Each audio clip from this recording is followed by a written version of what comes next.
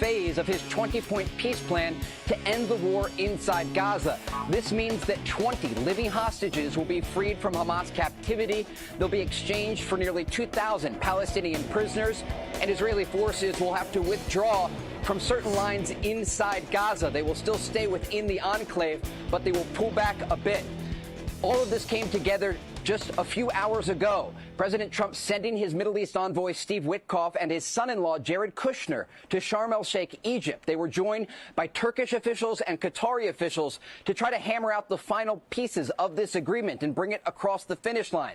Then President Trump got that information from Secretary of State Marco Rubio, ultimately making the announcement on Truth Social that a deal was reached for the first phase of his agreement. This is going to alleviate suffering for Palestinian civilians. It is going to reunite the hostages with their loved ones, and it's going to enter into a chapter where the Middle East can work to formally end the war inside Gaza, bring that conflict to an end, and ultimately open up the door for more peace agreements between Israel and its Arab neighbors. I can tell you I've covered this story for more than 7 years, Sean. This is the first time that I can remember where Israelis and Palestinians were celebrating the same thing. Sean? It is the Martha Zoller Show. And, you know, that the key point here is that people on both sides are celebrating this decision. We heard late last night that there will be a hostage release of all the remaining hostages, dead and alive, on Monday. President Trump is going to speak to the Knesset on Sunday night. And that will be in person, which will be very interesting to see what happens. Of course, the sticking point is the 1,000 prisoners that Israel is going to release, and some of the makeup of those prisoners that they are going to release in exchange for the 48 hostages that are left. But this is a cautiously optimistic day. It was sad to see that in cities in the United States and around Europe, there were still so-called pro-Palestinian protesters protesting against this in the Western world. We should always be for peace. We should always be for moving towards peace. You don't know if any deal you make is going to work out. Okay, you don't know that. You hope it. You're cautiously optimistic. But if you cannot be happy about the fact that 48 people that have been held in captivity, 28 of them dead, for 2 years, being released is a good thing. The people of Gaza are on the streets cheering this. The people of Gaza have told the only reason why this came about with Hamas is they have lost control over the people that are left in Gaza. The people in Gaza every day for the last couple of months have been protesting against them. And Iran is on their back foot, so their funding is gone. And they had to come to the table. And this is a great accomplishment for not only the Trump administration, but the Arab world, because everybody worked together on this. And we're going to try very hard to make sure that it works. You can join us on the phones at 770-535-2911. Also, there was a vote yesterday, 54-45, to try to open the government back up. They are 5 votes short of what they need, 6 votes short of what they need. There's some negotiating going on. John Thune is saying maybe they'll start taking up these bills one by one that they've got and vote on them and force these Democrats to go on record to vote no on every single appropriations bill that's already been passed and is waiting to go. Folks, this is the Democrat shutdown. This is the Schumer shutdown. And you guys are making a headway, though. You are making a difference because some of these guys are afraid to speak now. But you need to call your 2 senators in Georgia and tell them to vote to reopen the government. And then you need to talk to your friends in Arizona, in Michigan, in Nevada, in Pennsylvania, and Wisconsin, and have them call Kristen Sinema's office in Arizona if they live in Arizona, Senator Peters' office if they live in Michigan, Senator Rosen's office if they live in Nevada, Senator Casey's office if they live in Pennsylvania, and Senator Baldwin's office if they live in Wisconsin, and tell them to vote to open the government up because they are all in states that Donald Trump won a year ago. Let's go to the phones now and talk to Joe in Ellijay. Hey, Joe, how you doing? Martha, great show as always. I just want to say I talked to Steve Moore a few minutes ago, and of course, great what Trump did with peace in the Middle East. That's a great accomplishment. But Steve is really fired up. He said, Joe, get the word out. We've got the best economy, the best stock market, and Trump is just doing a great job cutting taxes, cutting regulations, and I've never seen Steve so fired up, and I am too. In fact, at the Tech game Saturday, I'll be saying go Jackets and go Blue Chips. But anyway, things are great. We're in investor heaven. I've never seen, and Steve said this too, I've never seen an economy and a stock market so strong. So I think Trump's the best leader in history. I think he's got the best cabinet in history. And Martha, you're doing a great job. Keep it up. Thank you so much, Joe. Appreciate it very much. If I would give Joe any kind of advice, what I would say is it's great that you have peace in Israel and the stock market's doing great. Because when you say it's great we have peace in Israel, but the stock market's doing well, it makes it sound negative. So we're going to be positive, Joe, and I know you are positive because we are happy that there's a deal in Israel. We are happy that the people in Gaza are cheering this deal, are saying, go Trump, in their towns and villages. I think it's very exciting. And yeah, we got to get the economy straightened out too. And we also need to get a deal on getting the government back open again. Let's go back to the phones and talk to Chad in Oakwood. Hey, Chad, how you doing? How y'all doing? Good. The only thing I'm going to say is I told y'all and I told you and I told you, get your popcorn out. Trump is a bad dude. Trump is a bad dude. Y'all didn't believe me. Trump's a bad dude. Trump gets stuff done. He don't mess around. He'll look you in the eye and tell you, hey, I'm going to do this and it's done. He's a straight shooter. He's a straight shooter. You know what I'm saying? That's for sure. And that's what I 2 years ago. I liked him because he's a Look, he's not perfect. He's not perfect. Nobody is. Okay? But he's doing a great job in this term, Chad. Thanks very much for your call today. Let's go back to the phones and talk to Tom in Lula. Hey, Tom, how you doing? Hey, Martha. Two things. I don't understand. Yes, I'm very happy for the beginning of this peace situation over there, obviously. But I don't understand why one Israeli is worth 100 or 200 folks from the other country or the other, Palestine or Hamas or, where Gaza, whatever. I don't understand that.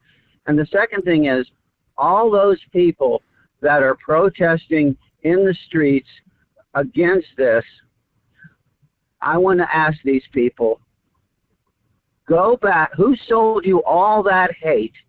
Once you figure that out, go back to them and demand a refund. Absolutely, Tom. Thanks for your call today. And look, throughout this whole conflict and all the conflicts, it's clear that Israel values life more than the people they fight against. And that's why they give more people in for their hostages. Now, I don't think they should have to give anybody to get their hostages back because the hostages were taken unlawfully. And sadly, the people they're going to release are people that have been through the judicial system. But this is a deal that has been brokered, and there's going to be support from the rest of the Arab world. And by isolating Hamas, we've been able to get this done. Let's go to the phones now and talk to Steve in Gainesville. Hey, Steve, how you doing? Doing real good. I wanted to give a shout out to my good friend Jeff Pierce. Y'all had acknowledgement this morning of his labor of love for the Longstreet house over there. Yeah, we had them on for yesterday also. Today we're tearing down buildings, building apartments, building everything. Nobody's saving history, but this boy saved it. I've been in it. I was just blown away his historical perspective. He's going to go by there Saturday, 11 to 2 is the official opening, but go by and thank him for his labor of love because they don't have to do that. No, they don't. He did it because he loves it, but loves this town and loves history. Absolutely, Steve. Great point. Thank you so much. And you can go to Access WDUN to show clips, and you can hear the interview we did with Jeff Pierce and Douglas Young yesterday related to the reopening of the Piedmont Hotel as a museum, so the Longstreet Museum. So that is going to be on Saturday. And if you want to re-listen to the interview, you can do that at Access WDUN. We'll take a break. On Thursday's edition of The Drive at 5, Kimberly Sizemore will join us for a look at what's happening this weekend. Join us at 5 o'clock here on North Georgia's News Talk AM 550 and FM 102.9 WDUN. Mark your calendars for a taste of the past and a vision for our future. On Thursday, October 9th, the Northeast Georgia History Center presents Taste of History 2025 at the Gainesville Civic Center. Our theme, Looking Back, Moving Forward, invites you to enjoy lunch, hear a discussion on our local heritage, and take a peek at upcoming History Center projects. To reserve a spot or learn about sponsorships, contact the History Center at negahc.org. Taste of History 2025, where community, history, and hope come together. As an electric cooperative, Jackson EMC must always have an eye on the future, exploring the newest innovations taking place in every area of our business. Ideas that lead to a better use of resources and improved ways of conducting business. Automated switch technology, iPads in the field, and internal networking that enable us to pinpoint outages, access complex mapping, and provide faster response times. Jackson EMC, innovation for today, innovation for tomorrow. You wouldn't want someone you couldn't trust working on your family's HVAC and plumbing, so why would you call anyone but Gainesville Mechanical? They're your local, most trusted and award-winning HVAC and plumbing company in North Georgia. From maintenance appointments and clogged drains to plumbing emergencies and new system installations, their team is ready to serve you. And with their customer assurance maintenance plan, you can receive discounts, priority scheduling, and 24/7 no overtime rates. Gainesville Mechanical and Bryant, doing whatever it takes since 1989. Let's go! You're still glowing, flirting, grooving. You've still got it. But your immune system weakens as you age, making it harder to fight flu, pneumococcal pneumonia, RSV, and COVID-19. Vaccines are a key part of any health routine and help strengthen your immune response. Ask your doctor or pharmacist which vaccines you need. Schedule in minutes at vaxassist.com. Sponsored by Pfizer. Hey, can you blow up some balloons for Jack's party? I can't. I'm so congested. You need Sinex Severe from Vicks. Sinex Severe nasal spray. Yeah, just Sinex. Breathe. Sinex Severe instantly relieves nasal congestion and works 6 times faster than nasal decongestant tablets. The 12 hours of relief allow you to get back to the moments that matter without congestion. Daddy, we need more balloons. On it. Try Sinex Severe from Vicks. Just Sinex. Breathe. Use as directed. Always here, always local. From the Access WDUN Hardy Chevrolet Newsroom, Hall County Tax Commissioner's Office audits uncovers numerous incorrect senior school tax exemptions dating back to 2017. Details at Access WDUN and coming up on North Georgia's News Talk. It's the Martha Zoller Show, presented by Gainesville Mechanical. From the Northeast Georgia Health System studio in downtown Gainesville on AM 550 and FM 102.9 WDUN. What's your name, sir? Liam Birmingham. Liam. So tell me about what you know about Hinduism. Hinduism is a polytheistic religion that. So with due respect, I'll just cut in right there because there's one thing I have a little bit of authority on. I'm actually a monotheist. I believe there's one true God. It's from the Vedanta tradition of Advaita philosophy, not stuff that we need to spend a ton of time here on, but since you asked about it, I wanted to address it. I believe there's one true God. Now, let me just ask you, because I know that may be a hard thing to process. What's your faith? I'm a Christian. I'm a follower of Jesus. Great. Do you believe in the Holy Trinity, the Father, the Son, and the Holy Spirit? I think a lot of people here do. So good. And that doesn't make you a polytheist, does it? Probably not, no. Great, because I think this is it's a great spiritual question. There's good dialogue here. Is every religion has its reconciling of the one and the many. And so in my faith, I believe there's one true God. He resides in all of us, and he appears in different forms, but it's one true God. So I'm an ethical monotheist. That's the way I would describe my faith. So that's Vivek Ramaswamy. He's running for governor of Ohio, and he is taking some time off to help his friend Charlie Kirk. and do some turning point events in and around on college campuses. And he was asked about his faith. Vivek Ramaswamy is a Hindu. His family's from India. And he was asked, and it was respectful back and forth, but he did a fantastic job. And it's hard to think because Vivek, I think, just turned 40. And so he has small children. He's married, and he is a guy that speaks the truth. And I'm sure that he had a relationship with Charlie Kirk, knew about him, knew of him, was friends with him. I don't know what their relationship was. But it's sad to see that these events have had to move inside. But it's also good to see that Charlie's friends are standing up and trying to keep his work going. And Vivek Ramaswamy famously on his presidential campaign, when there would be people protesting, because he's a very hardline conservative, okay? And when people would protest outside, he would go out there and talk to them. He would invite them to come in. He would take their questions. He would do the things. He did the things that we expect people to do. He did the things that Charlie Kirk did. He did the things that people who are supposed to be critical thinkers do.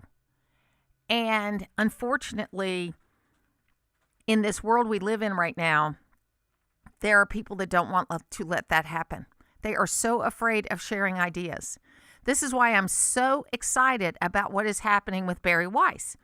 So Barry Weiss was famously the person that was hired by the New York Times after the Trump election to kind of figure out what happened and how they could have missed it so badly. Now, she is by no means a Republican. She's probably left of center, but she's a good journalist. And she had a lot of harassment problems at the New York Times. They had these chat channels where they were calling her names and canceling her and, not going after her ideas, but going after her personally. She was ultimately fired or resigned, whichever. There's some dispute about that. But she published her resignation letter as the first thing that was published in the Free Press. And she started the Free Press, and then it grew in 3 years to being a subscription service that made about $20 million a year. It was just sold for about $110 million, $120 million, something like maybe $200 million, a lot of money. And she is now the editor-in-chief of CBS News. And I am so excited about that because CBS News, up until the days of Dan Rather, was the most storied network news. I mean, it was Edward R. Murrow, Walter Cronkite, Eric Sevareid. All of these folks were part of CBS News.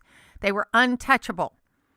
And then Dan Rather came along, who was a good reporter, but he came along and then he tried to fake the information around George Bush's National Guard service. And he got caught. And a lot of you don't remember this. He got caught because he used a type font that was not available in the 1960s when George Bush was serving in the National Guard. So he created this letter that put George Bush in a bad light, saying he went AWOL or something like that, if I'm remembering correctly. And he typed it up with an IBM Selectric typewriter with a million different fonts. And, if you don't know what an IBM Selectric typewriter is, ask your grandmother.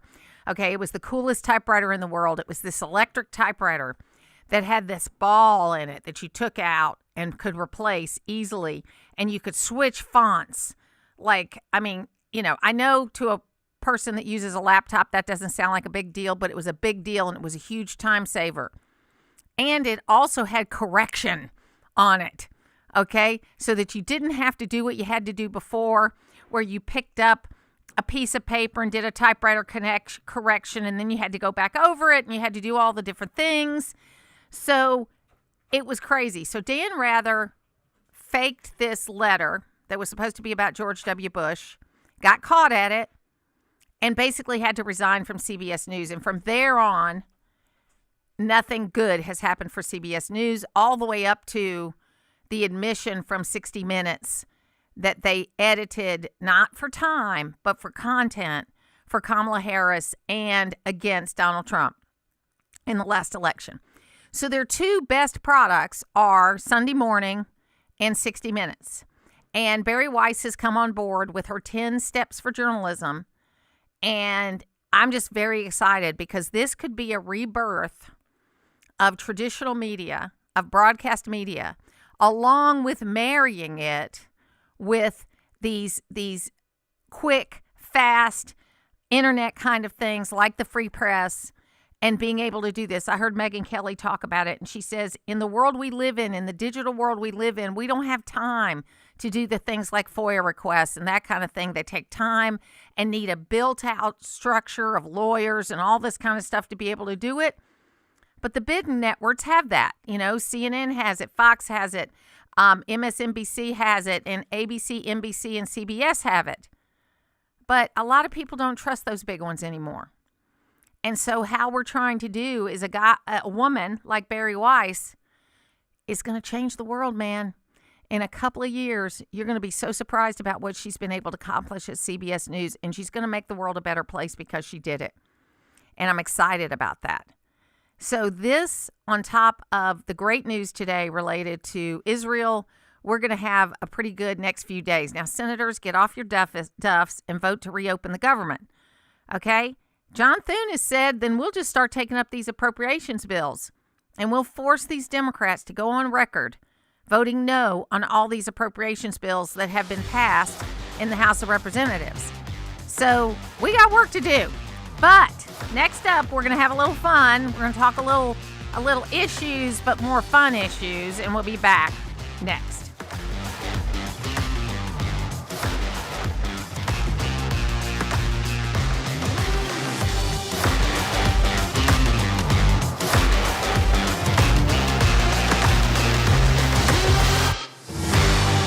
Do you ever find yourself wishing that things were better, but not believing that they will be? Have you lost hope? Hi, this is Mike Martin from Milton Martin Toyota. There's a big difference between wishful thinking and hope. Wishing that things were better is kind of like buying a lottery ticket. The likelihood that life will improve is slim to none. We keep wishing and nothing happens. God's Word tells us in Hebrews 6:19, we have this hope as an anchor for the soul, sure and strong. It enters behind the curtain that in the most holy place in heaven, hope backed by faith and prayer is a sure path to a better life. If you're tired of wishing that things would get better, visit a Bible-centered church and find out about the great hope that comes from knowing Jesus Christ. These thoughts brought to you by Milton Martin Toyota, Georgia's oldest Toyota dealership.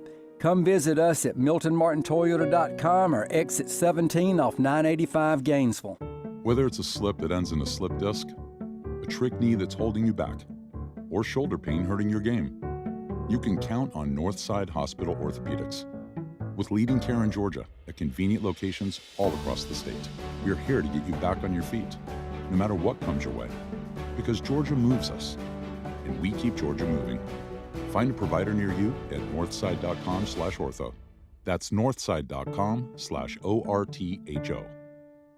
Tune in to 2 hours of local football fun with the Pick'em Show, coach interviews, game previews, and general mayhem. So join Bo, Caleb, Jeff, and Walker Thursday nights at 6 on AM 550 and FM 102.9, or video stream them on YouTube at Access WDUN Sports. WDUN Gainesville, WDUN FM Clarksville, Gainesville. Always here, always local. It's 9:30. This is a Fox News alert. I'm Therese Crowley. The deal is signed in Egypt. President Trump declares, "Blessed are the peacemakers." With excited relief from Israel to Gaza, the Israeli government about to vote on a peace deal with Hamas to begin with ceasefire, the release of all 48 hostages, then nearly 2,000 Palestinians. U.S. Ambassador to Israel Mike Huckabee tells Fox. The president made it very clear two things had to happen. Hamas had to deliver all the hostages, and then they would have to recognize they don't have a future in Gaza. And the consistency and clarity of the president's message is part of the reason we're here today. Hostage release expected Monday. Bipartisan praise for the president, but pitched political battles in D.C. over reopening the federal government day 9. The IRS plans to furlough nearly half its workforce, 40,000 people. America's listening to Fox News. Always here, always local. WDUN.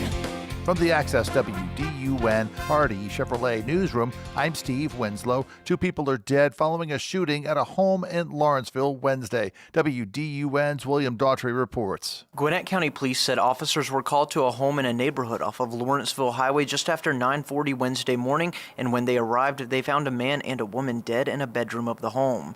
A gun was found near the two, and the two were believed to have known each other, although the exact details of their relationship are under investigation. The names of the two have not yet been released. Gwinnett police say no other suspects are being sought at this time. A Gainesville man has been arrested for a second time this year related to thefts at the Habitat for Humanity of Hall County's Restore. 43-year-old Richard Trent Parker was first arrested in February after investigators determined he stole almost $10,000 from the Restore between January 1st and February 12th. B.J. Williams with the Sheriff's Office says that Parker was an employee of the Restore. Mr. Parker had apparently been taking money from daily cash receipts and then using that money apparently for personal expenses. And Parker again was arrested Friday after investigators determined he had used a Restore computer to divert the funds. And the city of Gainesville has made an appointment to fill an unexpired Ward 1 city council term of recently resigned Danny Dunnigan, as Ryan Thompson will fill the term that expires on December 31st of this year. More news at Access WDUN. Now here's your Access WDUN weather forecast. We've got skies turning partly cloudy if they're not already. Highs in the upper 60s this afternoon. This evening and overnight, you can look forward to lows in the 50s. From the Access WDUN Weather Center, I'm meteorologist Holly Strano. In Blairsville, 61 degrees. In Maysville, 62. And in Gainesville, 63. From North Georgia's News Talk AM 550 and FM 102.9 WDUN. The 28th annual Motul Petit Le Mans returns to Michelin Raceway Road Atlanta, October 8th through 11th. It's 4 days of world-class sports car endurance racing, culminating with a 10-hour IMSA WeatherTech Sports Car Championship season finale, along with action from 4 additional racing series. Enjoy the fan zone, car corrals, grid walk, and so much more. Tickets start at just $60 with kids 12 and under admitted for free. Get yours today at MichelinRacewayRoadAtlanta.com and be there for the Motul Petit Le Mans October 8th through 11th at Michelin Raceway. So it's time to replace your roof. You've seen your neighbor's metal roof and wondered if that's for you.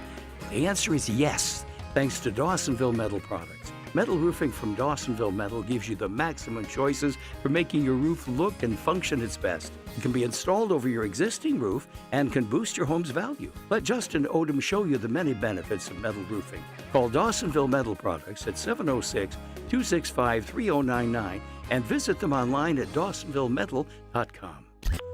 Use the Access WDUN Talk and Text line, presented by M&R Rental at 770-535-2911, and be part of the conversation. From the Northeast Georgia Health System studio in downtown Gainesville, it's the Martha Zoller Show on AM 550 and FM 102.9 WDUN. The largest organization that's over food manufacturers came out last week and said they were going to remove all of the synthetic dyes from their products driven by consumer demand. We said we don't want them anymore. Right. Okay. And natural alternatives. And the key point here is, and the companies that are included are General Mills, Nestle, Kraft, Heinz, ConAgra, huge. That's amazing. All of these, they're going to phase them out by the end of 26 or 27. And I think what's important about this is they've already done this in Europe. Yes, They've already done it's this. not new. They've got the recipes, if you Right. will, to be able to do this. But they were pushing against it for years and years and years. Right. So it is the Martha Zoller Show. That's a little clip from another podcast that I do called TMI with Teryl and Martha. And Teryl Worster is here with me today. Good morning. And so we thought we'd have a little fun. We know there's a lot of news in the world. We're going to talk about some of that. But we thought we'd have a little fun today because we're having a great time doing this wellness podcast. It's called TMI with Teryl and Martha. And you can go to YouTube and you can see all the topics that we talk about. There are a lot there now. There's a lot there now. And, you know, you think about today where we got the announcement that they're going to be releasing the rest of the hostages on Monday. President Trump is going to be speaking in person at the Knesset on Sunday, which, you know, I'm going to Israel in 3 weeks myself, so I feel a little better that if the president thinks it's safe enough to go there, that I'll be okay. I'll be okay. So we're looking at these things, and even though I'm cautiously optimistic, because smart. I don't think we should be giving 1,000 terrorists up to get our 48 hostages back, but that's what we're going to have to do. So it's an interesting time because it goes to what we talked about this week in our podcast, that people don't know what to believe. They don't know how to process it. They don't know how to deal with it. Yeah, we were talking about that, just how to even, find the truth amidst all the different contradictory pieces of information that come out. So it was always struggle anyway, because any news source you go to will always contradict the other news source, etc. But I think really what a time to celebrate. Yes. I mean, it is unfortunate that we had to concede to allow so many criminals to be released. And it's funny because, or ironic, because on Saturday, the Jewish Community Center is going to have Eli Sharabi talk about his book Hostage that came out on Tuesday. Oh, okay. That's he was there for 491 days. And it's so interesting because he has this, I know why he survived, because he's got this positive outlook. Right. All right. So he said, first of all, he gave himself up to be kidnapped on October 7th because he thought, kind of like on 9/11, Teryl, when people thought, oh, well, we don't worry about the hijackers because they're just going to take us to a different place. But they changed what they did and they flew them into a building. Right. This is what October 7th was. A lot of the men thought, we'll let the terrorists take us and then they won't kill our families because what they really want is the men. Right? Okay, so he did that. He allowed himself to be kidnapped, leaving his wife and children in the safe house with their British passports because they were not Jewish. His wife and children were not Jewish. Wow. And he thought them having their British passports would save them. Help him. Yeah. But he found out when he got released that they died with their British passports in their hand. They were murdered. Yeah. So he gets out after 491 days, and they say to him at the hospital, your mother and your sister are here. And he goes, I want to see my wife and children. They'll explain it to you. Well, he said, I knew then. Yeah. I knew what the situation was. That is heartbreaking. But he also told this story, and that's what I want to ask you about, Teryl, where he said he felt like because he was a little bit older than most of the guys that got taken, he was in his 40s, that he was kind of there to be a mentor to these other young guys that had never been through anything hard in their life. Wow. And that he would say to them, for 10 minutes every day, you can feel sorry for yourself, okay? 20 minutes, fine. But the rest of the day, you need to be focused on who you have to get back to. Right. So that you can have the strength to make it through. That is a very similar theme that you'll find in a lot of books that were written by survivors of, say, Auschwitz.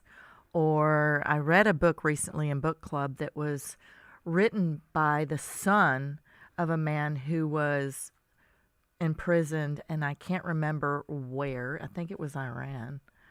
But he had been held in prison, and he was that person too because he was optimistic. He would sing to them. He would lift their spirits and, seek to help them survive this event, because I think that's how we work as humanity, as individual beings in the world. We have to, those of us with the positive outlooks and with the tool set per se, to lift someone else out of a dark place. So they teach you in the military. My dad was taught this before he was captured.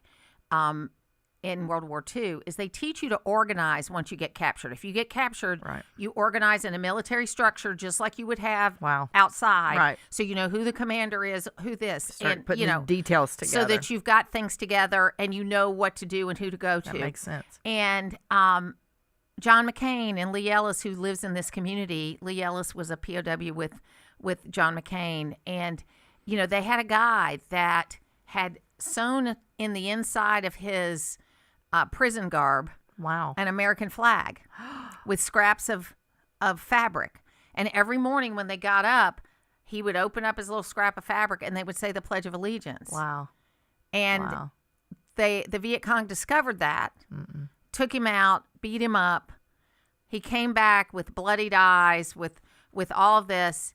And then a few hours later, they saw him sewing it back in the inside of his jacket. Yeah, that's determination. I mean, that's just, I'm going to survive no matter what. Yep. you had a situation with your daughter being sick and having cancer. Similar kind of thing. Exactly. You had to just put one foot in front of the other every single day, just get through this day. Day by day. Yes. Yeah, and you just, I think you're divinely inspired in those moments when your world is at a crossover point where, things are, in dire straits. There is something that happens, and I think anyone who has been in that situation, even with your health, what you've gone through, but there is a moment in time where everything slows down, and you can see things from a very different perspective, as if you were lifted, from an airplane view from the street view, and you are suddenly capable of playing the cards you're dealt in a way that emotion basically takes a backside event, steps back, and you have this capacity to start really doing exactly that was trained by the military. Your brain just automatically starts giving me the details. What do I need to do? Step 1, step 2. No, my daughter is not going to die. Yep. And I just became very determined about that. And at one point, I had an experience where I really had something wash over me, and I felt that. Now, that's not to say that I didn't see a lot of death around me during that time, And you don't know, honestly. No. Obviously, you're always going to think. I mean, these families that were cheering last night, even though they know their loved one is dead, right? They're going to get the body back. They're cheering. The Gazans were in the street cheering I last think night. that's amazing. It's the first time Trey Yingst, who has covered this war for Fox News, not this war, but the region for 7 years. He said, this is the first time in my time covering this that you had people in Gaza and people in Israel on both cheering sides. The same thing. I love it. I mean, cheering the same thing. That just makes me feel even more empowered to keep doing what we do, together. And just to see that there's a healing this is the very beginning stage to a healing process. Absolutely. And so we're loving the work that we're doing, but it's also really important to know what's going on in the world, but also mesh with it, how you're going to take care of yourself. Because if you don't take care of yourself, you can't deal with the things that happen to you every day. No, that's true. And you have to have your wherewithal, right? You have to have your stamina. You have to be able to have a clear thought process. You have to be able to, really physically manage your world. And today, we do all have so much on our shoulders, and it's not, I jokingly tell you on our podcast, it's a world in chaos. Well, the world is always in chaos. Chaos is change. Anytime there's change and there's cycles, there's going to be chaos involved, right? Doesn't mean that the outcome of that chaos isn't going to be lovely, but just managing your life in the world today, you almost have to have a real conscious thought of, how do I need to stay healthy so I can manage the steps. Yeah, absolutely. So, so I hope y'all will go find TMI on YouTube, and we look forward to, we look forward to you being a part of this, liking and subscribing on YouTube and interacting with us. I want to ask you a couple of fun questions, okay, before we get you out of here.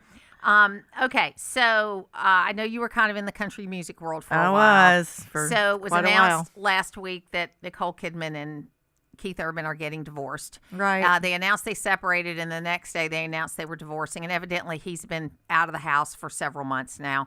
I'm sad about it, but it doesn't surprise me. No, it's really not surprising. I was deeply enmeshed into the country music world for about 10 years, even more so, really. But the country music world is a very demanding world, and it's not just where they're concerned. It's not just a country music world. It is a Hollywood world combined with a country music world. And quite honestly, after, being in it myself for the amount of years I was, I basically raised my children by myself.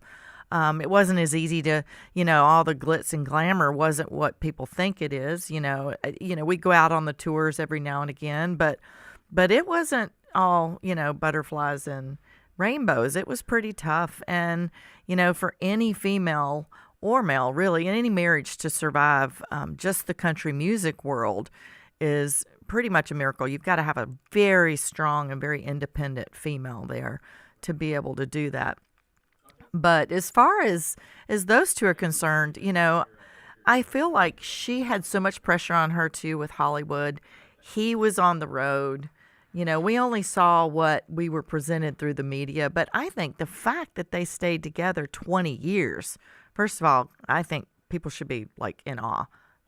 That is an ordeal. And they raised their children, and now their children are what age now? 17 and 14. Yeah, they're getting old enough now where if they are going to separate and it's not going to work out any longer, that's probably a better time than when they were younger. But, it's just almost impossible. And I say that with knowing so many couples in the country music world. When I was first on tour with Trick Pony, and we toured first with Joe Diffie, and my ex-husband was his lead bass player and lead guitar player and backup singer, and we came up with George Strait and his wife, Billy Ray Cyrus, and also the country music. I got friends in low places. Yes. Right? Garth Brooks. The Garth Brooks. No, he was brand new when we were coming through, too. So Joe Diffie and Garth Brooks started about the same time. So I got to know Sandy, his first wife, and he had children there. And, it was not surprising again to me, because the rigors of that world are very difficult, especially for raising children. So I did somewhat see, you surprised me this morning because I wasn't sure I'm always skeptical of what I see on the internet. So when I hear it out of your mouth, I'm a little more like, okay, this is really happening. That sounds good. But anyways, TMI with Teryl and Martha, and I hope you'll go to YouTube and like and subscribe. And I appreciate you coming by today, Teryl. Thanks. I always like hanging out with you. Thank you. We have a good time. Thank you. We'll take a break and we'll be back. Keeping you up to date with the latest news and weather. It's what we do every day. It's the news I trust. North Georgia's News Talk. AM 550 and FM 102.9 WDUN. Always here, always local. What if I need to go into a nursing home? Will I lose my home? This is Kevin Tharp, elder law and estate planning attorney, and I'm here to give you some good news. The short answer is no. You will not lose your home if you need to transition to a nursing home. But there's steps that you need to take. I've made it my mission in life to help folks in your situation, but you need to make the first call. Visit my website at kevintharp.com and learn how to get help planning for the rest of your life. This is Nick and Laura from Nichols Body Shop. We want you to know it's your choice who repairs your vehicle. Do not assume you can get the best repair for the cheapest price. Every shop is different. We work for you, our customer, to give you the best repair possible. Learn more by calling 770-967-8200 or come by the shop. Estimates are always free. You can also find us on Facebook at Nichols Body Shop, the home of quality repairs and old-fashioned service. When you have a problem with your roof, you want someone who can respond quickly, but also who knows roofing. That's what you get at Georgia Select Roofing. This is Chris Earls, and we do roofing right. Estimates are free, we can help you navigate your insurance claim, and we also offer financing. Check out our Google reviews, and you'll see that Georgia Select Roofing offers the best service around. See us today at georgiaselectroofing.com or call us at 678-316-6899.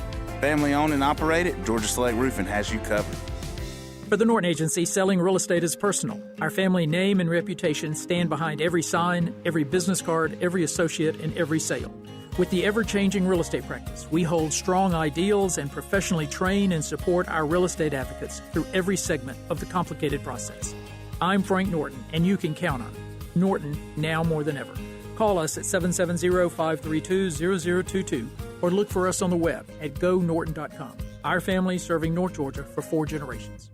You wouldn't want someone you couldn't trust working on your family's HVAC and plumbing, so why would you call anyone but Gainesville Mechanical? They're your local, most trusted and award-winning HVAC and plumbing company in North Georgia. From maintenance appointments and clogged drains to plumbing emergencies and new system installations, their team is ready to serve you. And with their customer assurance maintenance plan, you can receive discounts, priority scheduling, and 24/7 no overtime rates. Gainesville Mechanical and Bryant, doing whatever it takes since 1989. Always here, always local. From the Access WDUN WDUN Hardy Chevrolet Newsroom, Gainesville City Council will have a new face to fill in for Ward 1. Details at Access WDUN and coming up on North Georgia's News Talk. It's the Martha Zoller Show, presented by Gainesville Mechanical, from the Northeast Georgia Health System studio in downtown Gainesville on AM 550 and FM 102.9 WDUN.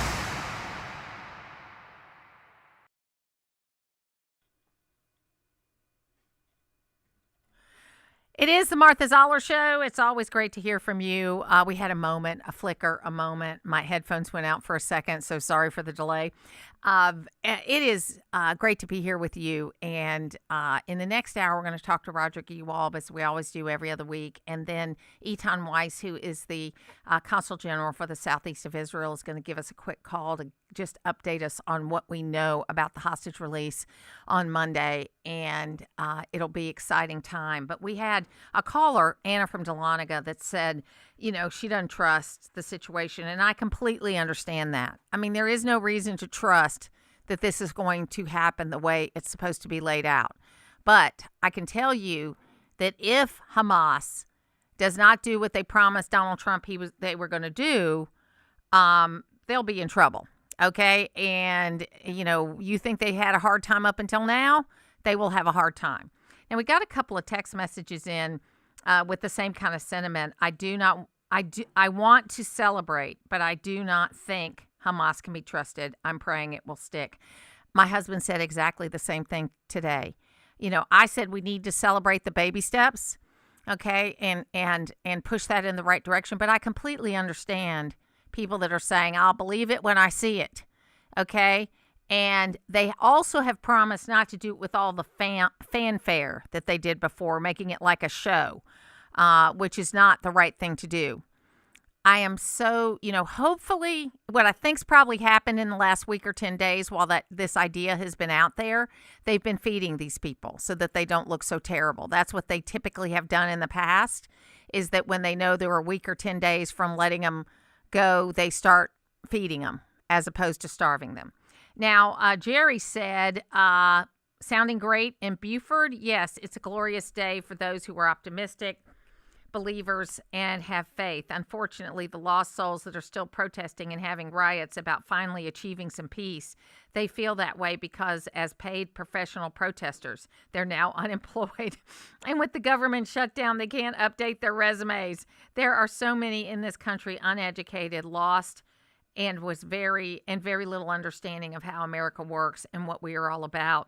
It is sad, and it is one of the many reasons to continue to pray for this country. And Jerry, you're exactly right, because I hear things from young people, and I really try to be a good mentor to young people that I know, because I just telling them they're wrong is not the right thing to do. Now, sometimes if you're a grown up and you call up in here, I'm going to tell you you're wrong about something.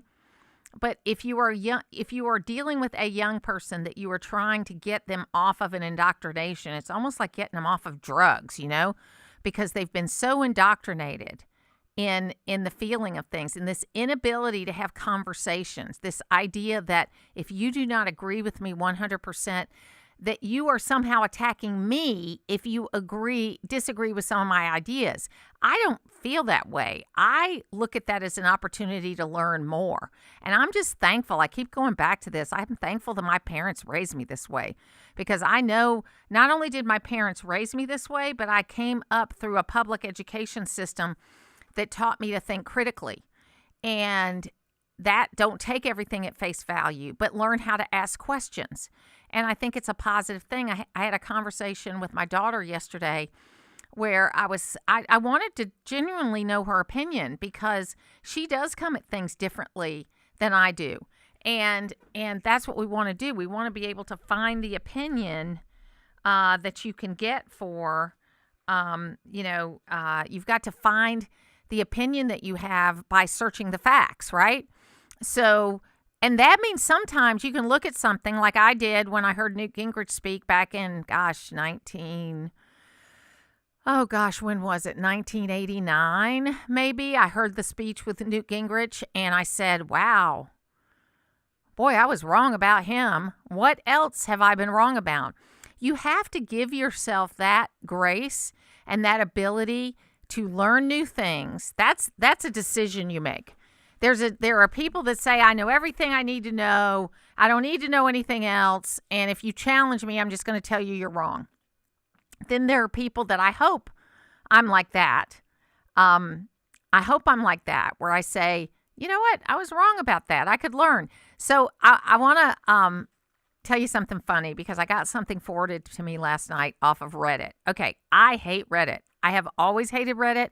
I think Reddit is the biggest bunch of you-know-what that I've ever seen. Because if you look at Reddit, hardly anybody on Reddit uses their real name.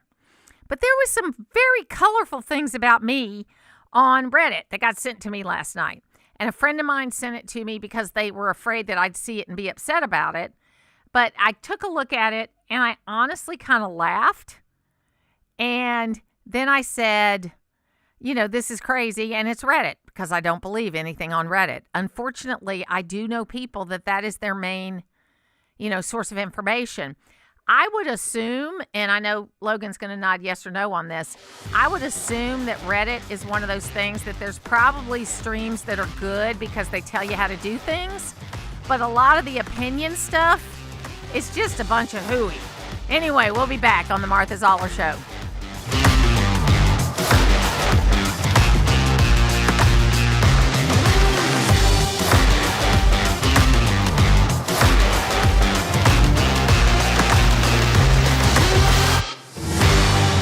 It's Mike Robertson of Oakwood Tire & More. As our name suggests, we can handle all your tire needs, but some have asked what we mean when we say "and more." At Oakwood Tire, we're more than just tires. We also handle general repair. We handle alignments, brakes, AC service, suspension work. Speaking of suspension work, if you're looking to upgrade your ride, we can put tires, wheels, lift kit, anything like that on there. See us at www.oakwoodtire.com. Stop by at 3120 Atlanta Highway, where we're more than just tires. Let's go! You're still glowing, flirting, grooving. You still got it. But your immune system weakens as you age, making it harder to fight flu, pneumococcal pneumonia, RSV, and COVID-19. Vaccines are a key part of any health routine and help strengthen your immune response. Ask your doctor or pharmacist which vaccines you need. Schedule in minutes at vaxassist.com. Sponsored by Pfizer. Hey, can you blow up some balloons for Jack's party? I can't. I'm so congested. You need Sinex Severe from Vicks. Sinex Severe nasal spray. Yeah, just Sinex. Breathe. Sinex Severe instantly relieves nasal congestion and works 6 times faster than nasal decongestant tablets. The 12 hours of relief allow you to get back to the moments that matter without congestion. Daddy, we need more balloons. On it. Try Sinex Severe from Vicks. Just Sinex. Breathe. Use as directed.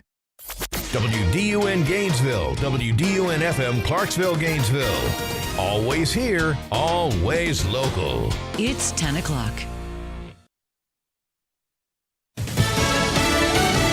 Israel's security cabinet is about to gather and implement a ceasefire for Gaza. I'm Dave Anthony, Fox News. It's the first phase in the plan that Israel and Hamas have agreed to, brokered by President Trump trying to end the 2-year war. We hope that all the parts of the plan will be implemented. That's Israel's Foreign Minister Gideon Saar, interviewed minutes ago by Fox's Jennifer Griffin. If Hamas carries out its part of the agreement, is this the end of the war? Well, it's the implementation of the first phase.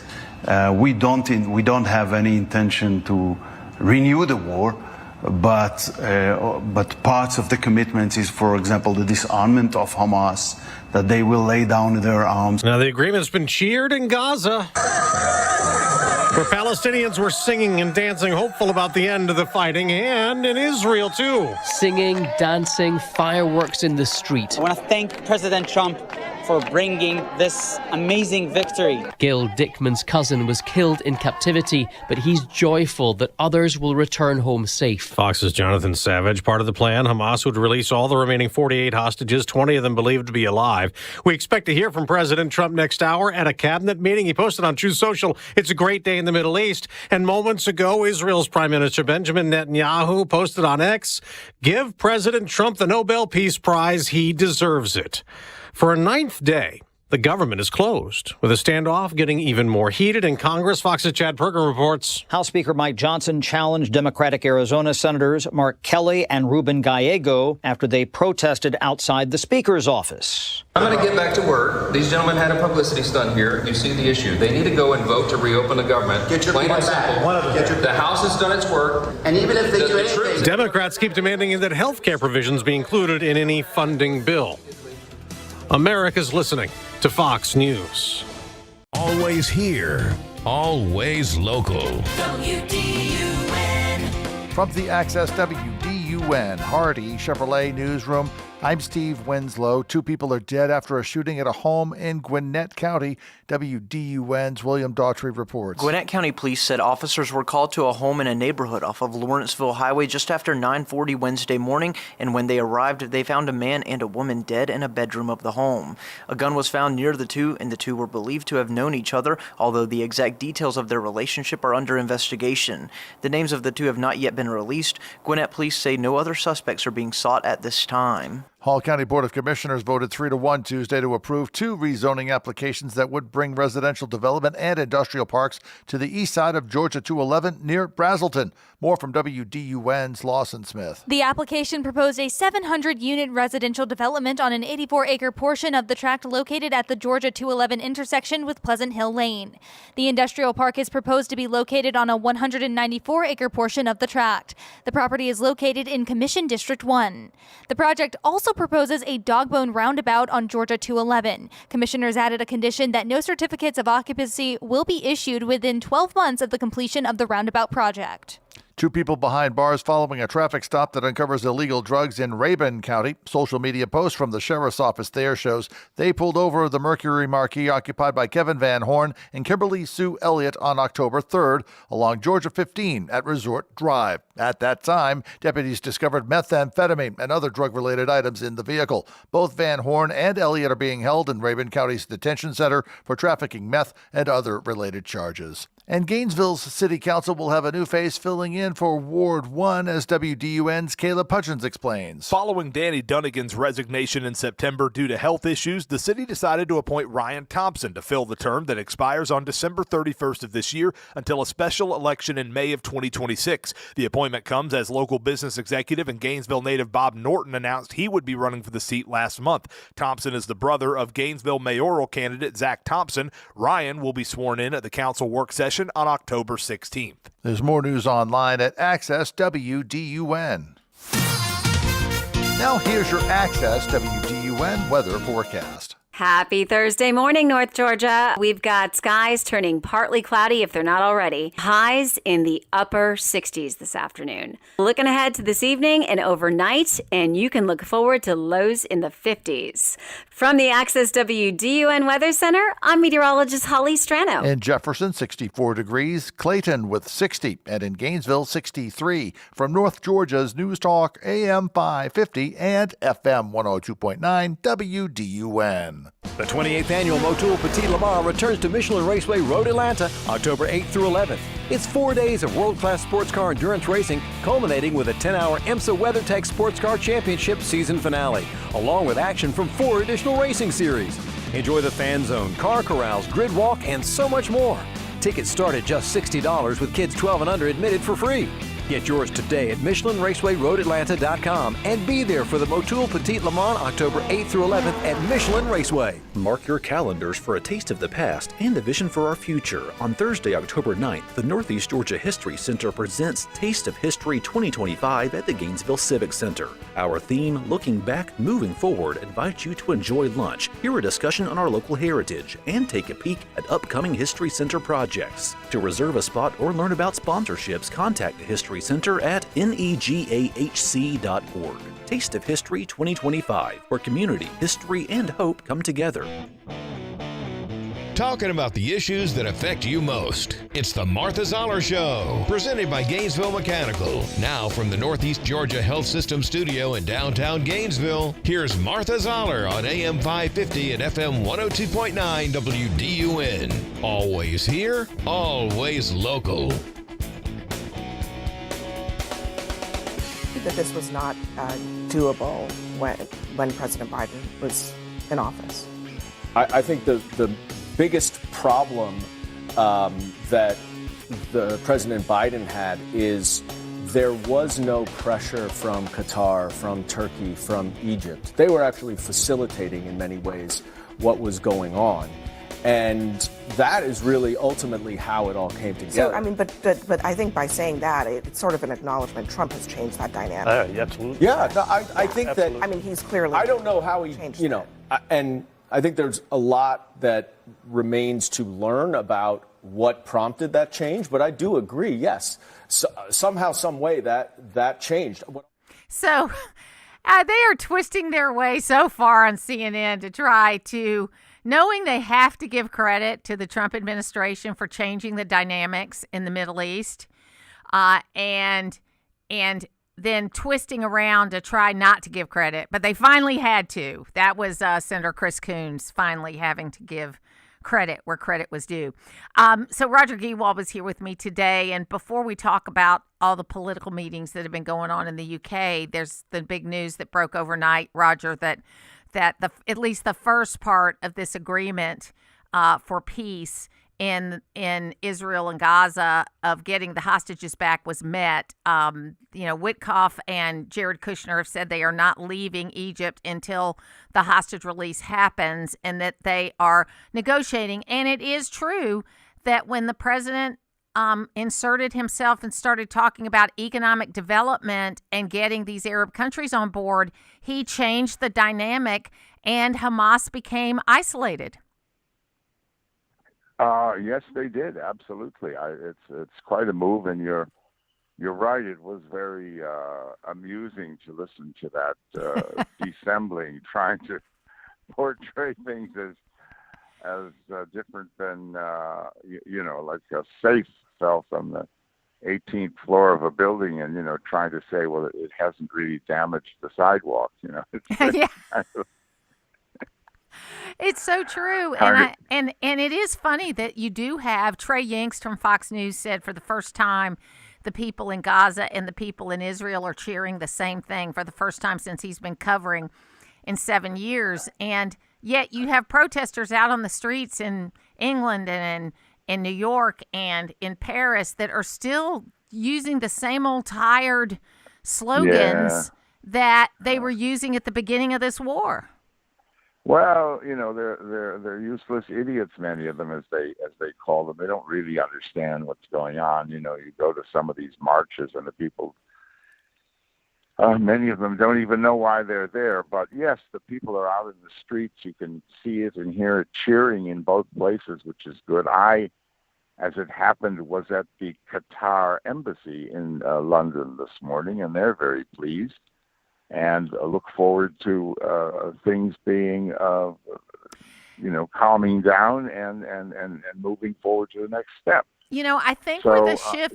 it's reason to celebrate. I think where the shift really, really happened, obviously they were working towards it, but when President Trump went to that meeting in June of all those Arab countries over IT and AI and all the things that they were there for, he made this speech where for the first time an American president said, hey, we're not going to try to change you. What we want you to be is our business partners. And if you're going to be our business partners, though, there's certain behavior.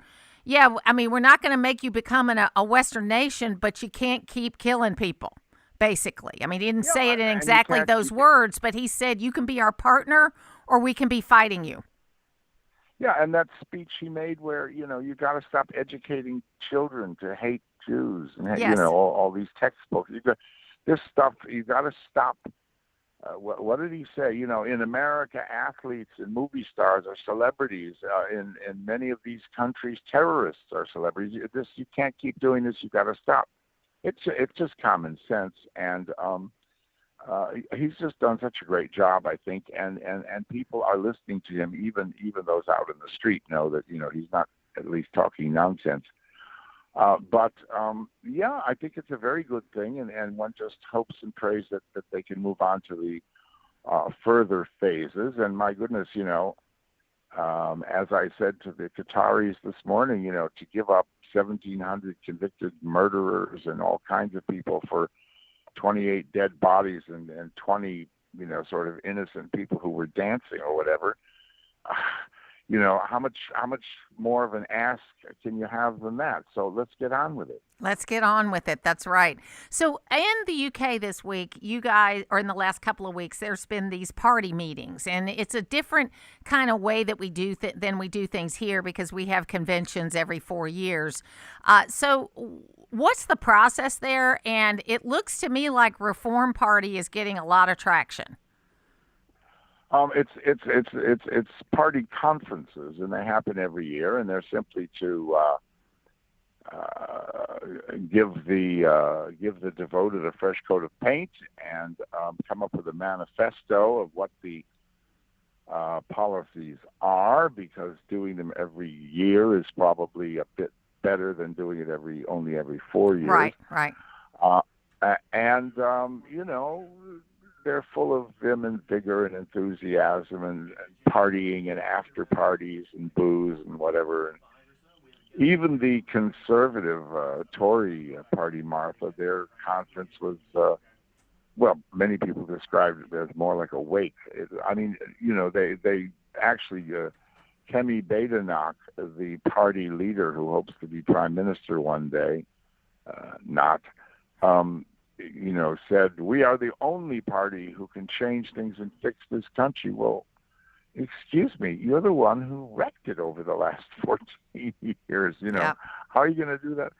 I mean, they just talk all sorts of waffle and nonsense and stuff, and nobody takes them too seriously. But in the Conservative Party conference, they did something quite spectacular. She said, if we get elected, we're going to do away with stamp duty. Now, stamp duty is a terrible tax. I think you can go as high as 20% when you buy a home. So in this country, when you sell your home at a profit, you don't pay a tax on it the way you do in America. The Labor Party is thinking about introducing that in a few weeks, of course. But it is terrible if you buy a home for $100,000. You may pay $110,000 or $120,000 because of this stamp duty tax, which taxes dollars or pounds that you've already paid tax on. So it's a double tax, and people hate it. And she said, "We'll get rid of it if you elect her." It's nothing other than an absolutely flagrant bribe. It got nothing to do with how good they're going to be in office or what else they're going to do for the country. And I don't think people are buying it, but they'll be happy to get rid of the stamp tax. But I don't know that they'll, after all the damage they've done, though, and their rating being so low.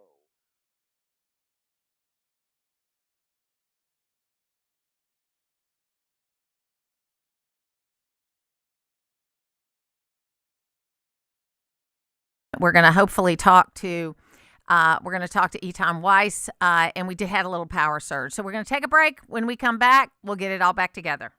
In North Georgia, it's the topics that matter to me. We're your eyes and ears in the community with the latest breaking news. It's the most important thing we face. AM 550 and FM 102.9 WDUN. Always here, always local. Todd Starnes here for the folks at Extreme Clean Auto Spa, where keeping your car clean is easy and affordable. Extreme Clean keeps your car looking great with the touch-free car wash at their Browns Bridge Road location.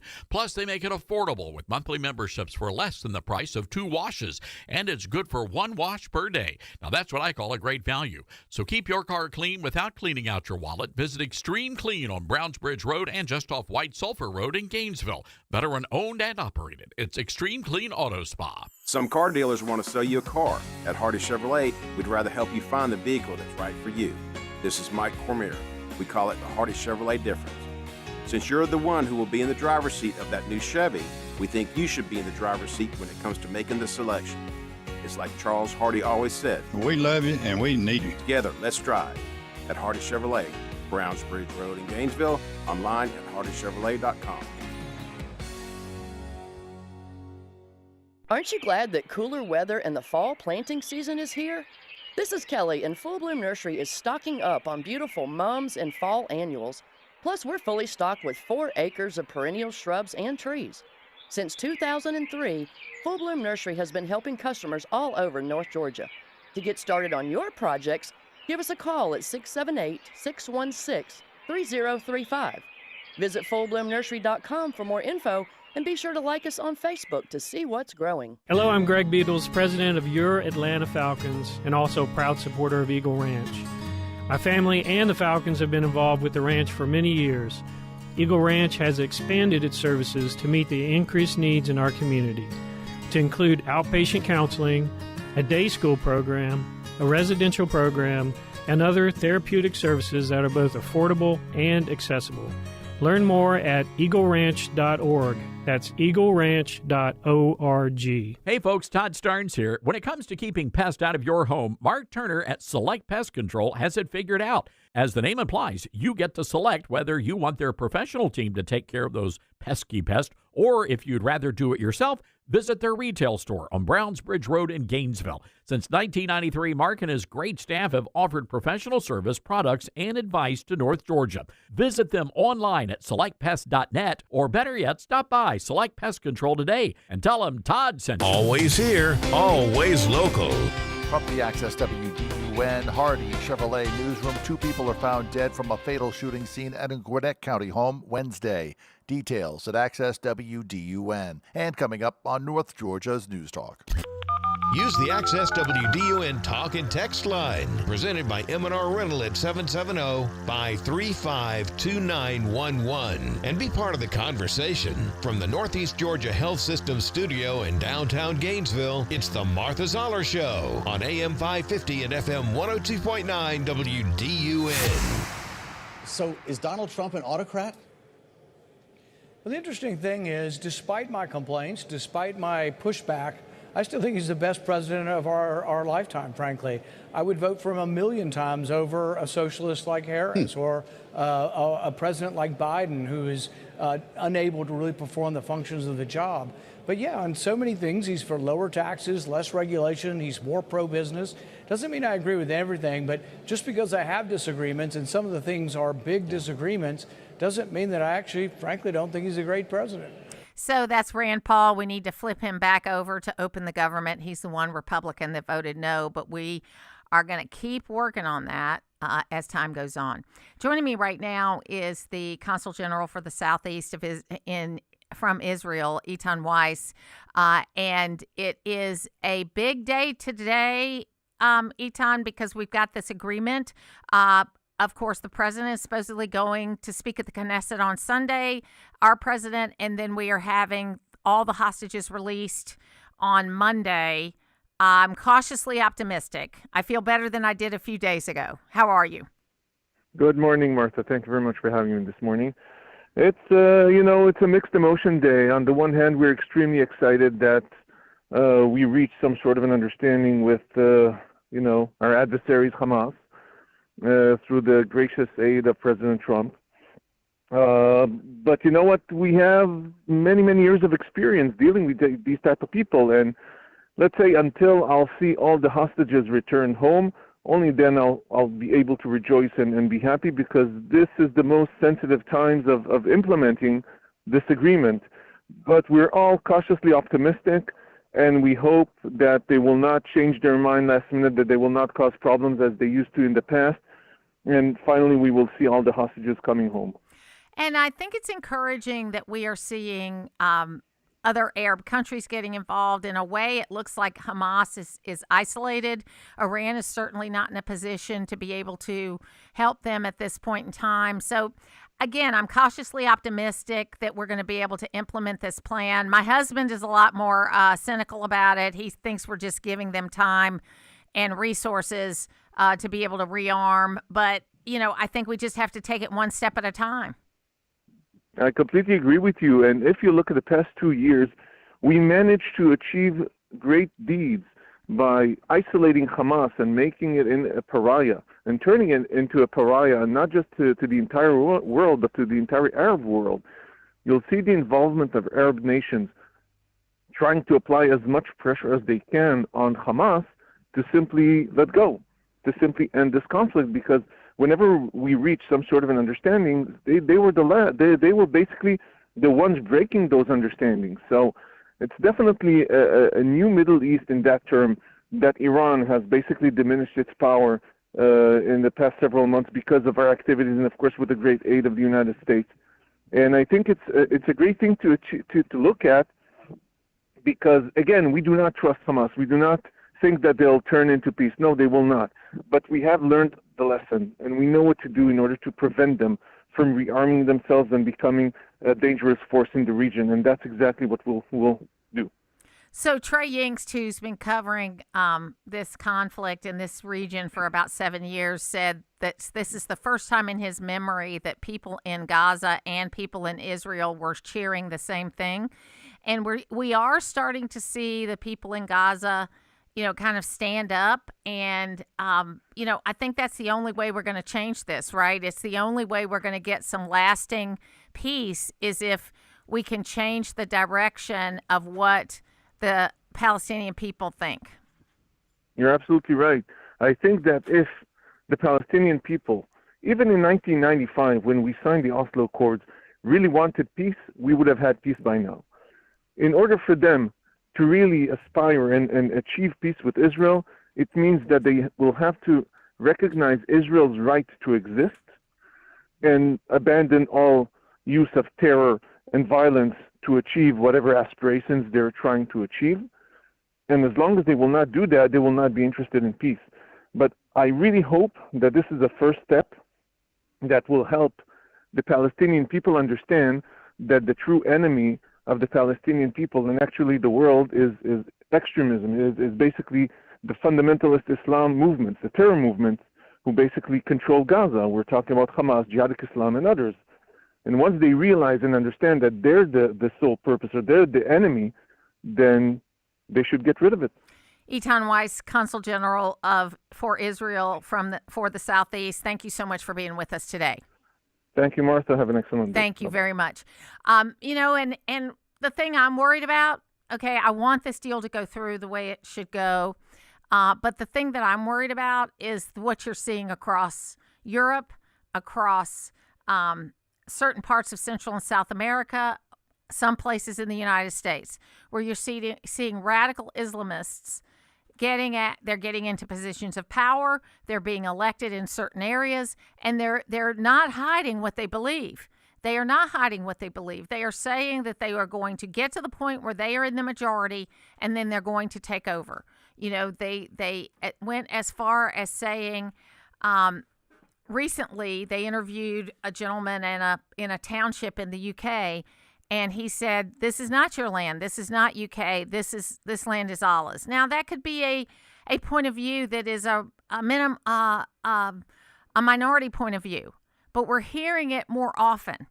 And again, I think the United States of America is the greatest country that ever was, but I don't understand the concept of people coming here or growing up here and then wanting to dismantle the government. And again, I don't think it's a big issue, okay? But I think we need to be aware of it. We cannot just brush it under the rug. We cannot just say that we don't need any help. And especially in the higher education world, I think we took our eye off the ball for so long that we have a lot of people in academia that aren't used to being challenged. And quite frankly, they're not teaching critical thinking, and they're not teaching people how to debate respectfully. They are saying this is the way it is. It's being more of a teacher than a professor.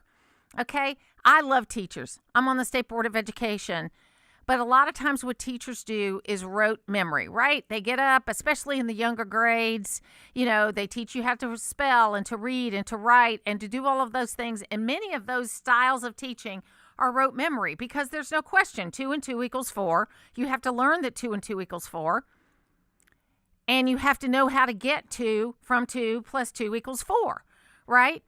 But you have people out there that are saying, well, if you think 2 plus 2 equals 5, I should respect that opinion because you think that 2 plus 2 equals 5. You're not a bad person if you say to that person or that child or whoever it is, no, let me show you how we get there. 2 plus 2 is 4. It's not 5. You're not hurting that person by correcting them in a situation like that. The other part we have to do, and this is where I have to just thank my parents for this, because I was the youngest of 4. I was kind of an oops baby, and we had dinner together every night. And note to families in America, we need to get back to that. Okay? We had dinner together every night. We didn't have activities every single day. And here's another thing I would say. I know we call it after school right now, but that's when we used to have club meetings. When I was a Girl Scout, I would leave school. I would walk to my Girl Scout leader's house. I would have my Girl Scout leaders meeting, and then I would walk home from there. Because the way it was in DeKalb County when I grew up, if you were inside 2 miles from a school, you were expected to get yourself back and forth to school. And look, don't say, oh, you had this mom that stayed home and you had a silver spoon in your mouth. Both of my parents worked. Okay, both of my parents worked, and my dad had a traveling job. So I was expected to get myself up, get myself ready, get myself to school, get myself to my activities after school, 9, 10, 11 years old, and then get home. And usually I had a list there of how to put dinner together because my mom didn't get home from work until about 6:30. And so I would help get the meal ready. So we've got to get back to that sort of responsibility, teaching creative thinking, teaching critical thinking. Because we would sit around the dinner table and it would be expected of me and my siblings to have something to talk about related to current events. And we questioned it. We talked about it. Now, granted, my dad was a POW in World War II, so he was pretty tough about the answers. I'm not going to deny that. But he taught us how to think. And I am so thankful for that. We'll be back.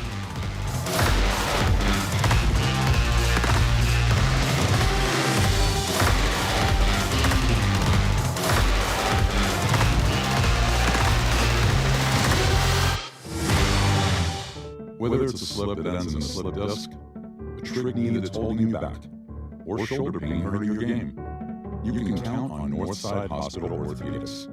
With leading care in Georgia at convenient locations all across the state, we're here to get you back on your feet, no matter what comes your way. Because Georgia moves us, and we keep Georgia moving. Find a provider near you at northside.com/ortho. That's northside.com/ORTHO. Hear that? That's Mike. He took ZQL Ultra, so now he's sleeping soundly on a Sunday night. ZQL Ultra helps Mike fall asleep fast, stay asleep longer, and get the deeply restorative sleep he needs, so he can wake up refreshed and ready to conquer Monday. Let's do this Monday. ZQL Ultra, not for colds, just for sleep. Really great sleep. Use as directed. Keep out of reach of children. It all comes down to this, folks. Yep, the entire season is on the line. But my throat has officially learned the towel. Sounds like you need Vicks VapoCool drops. They're max strength and vaporized sore throat pain. Whoa! These VapoCool drops hit fast! Speaking of fast, did you just see that play? Vaporize that ball. That fun should have come with a belt. Vaporize sore throat pain with Vicks VapoCool drops. Use as directed. For the playoff contenders, Shane was the pain that never went away. His version is going to win the Bank of America Roll 400. Now it's time to roll the dice and round the bases. NASCAR heads for Las Vegas for the South Point 400. We'll have it Sunday at 4:30 on North Georgia's home of NASCAR. WDUN Gainesville, WDUN FM Clarksville, Gainesville. Always here, always local. It's 10:30. Fox News, I'm CJ Papa. Plan for peace between Israel and Hamas. Israel's Foreign Minister Gideon Saar during an exclusive interview with Fox's Jennifer Griffin on America's Newsroom. We will have a ceasefire as part of the commitments in the first phase already. And also the hostage deal, and everything will be good. And of course, we hope that all the parts of the plan will be implemented. What is the fate of those in Hamas captivity? 72 hours to return all 48 hostages, dead and alive. There's already a special task force of forces from Qatar, Turkey, and Egypt. They will be tasked with finding, locating, recovering, and returning the remains of any deceased hostages. That's Fox's Steve Harrigan in Tel Aviv. America's listening to Fox News.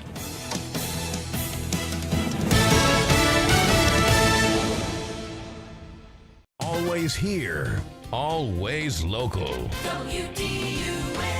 From the Access WDUN Hardy Chevrolet Newsroom, I'm Steve Winslow. A Gainesville man arrested last Friday after authorities say he stole nearly $10,000 from Habitat for Humanity of Hall County's Restore. 43-year-old Richard Trent Parker was first arrested in February of this year after investigators found he stole money from the Restore while an employee there. He was arrested again this past Friday after new details came to light. Mr. Parker had actually been using the business computer on multiple occasions to divert Restore funds to his Cash App account. B.J. Williams with the Hall County Sheriff's Office adds that Parker was arrested on a felony charge of computer theft Friday. 2 people are behind bars following a traffic stop that uncovers illegal drugs in Rabun County. Social media posts from the Sheriff's Office there shows they pulled over a Mercury Marquis occupied by Kevin Van Horn and Kimberly Sue Elliott on October 3rd on Georgia 15 by Resort Drive, and at the time, deputies discovered methamphetamine and other drug-related items in the vehicle. Both are held in the Rabun County Detention Center to face trafficking, meth, and other charges. And Gainesville City Council has a new face filling in for Ward 1, as following Danny Dunnigan's resignation in September due to health issues, the city has appointed Ryan Thompson to fill the term that expires December 31st. Meanwhile, local businessman Bob Norton announces he will run for the seat during a special election in May of 2026. More details at Access WDUN. Now here's your Access WDUN forecast. We've got skies turning partly cloudy if they're not already. Highs in the upper 60s. Looking ahead to this evening, and you can look forward to lows in the 50s. From the Access WDUN Weather Center, I'm meteorologist Holly Strano. In Suches, 59 degrees. Cornelia, 62. And in Gainesville, 63. From North Georgia's News Talk, AM 550 and FM 102.9 WDUN. Home means family values, safety and security from a crazy world. It's not about a commission on a sale. A home is a place to raise children, build families, dinners, celebrations, and connections. It's roots for a life well lived. Local people helping local families with local real estate. Norton means local. You need Norton now more than ever. I'm Frank Norton Jr., the Norton Agency. Call us at 770-532-0022 or look for us on the web at gonorton.com. Our family is serving North Georgia for 4 generations. I'm willing to wager that when you cook, you don't skimp on quality. At Loretta's Country Kitchen, we don't either. This is Grant Nichols at Loretta's, where we use only the best ingredients, including Springer Mountain chicken tenders, canned sauces, Hormel bacon, and Jimmy Dean sausage. It's also why we make our biscuits from scratch every day. We don't compromise on quality, and neither should you. Enjoy breakfast, lunch, and dinner with us, and bring your friends. Loretta's Country Kitchen, Monday Mill Road, Oakwood, where it's all good. It's the Martha Zoller Show, presented by Gainesville Mechanical, from the Northeast Georgia Health System studio in downtown Gainesville on AM 550 and FM 102.9 WDUN. The country was just rocking along, minding its own business, and our budget expired midnight Tuesday night. So the Republicans went to the Democrats and said, look, let's just extend the then current budget for 7 more weeks while we negotiate a new one. And to our surprise, the Democrats said, no, we will not vote to do that. In fact, we'll shut down government unless you agree to give us $1.5 trillion, and we'll tell you how to spend it. Well, I mean, you know, our heads snapped back. Look, I wasn't about to vote for that. My mother didn't raise a fool, and if she did, it is the Martha Zoller Show. I just have to have my fix of John Kennedy about once a week. Right now, we're here with Nick Alex. He is the candidate on the Democratic side. I think the only one so far for.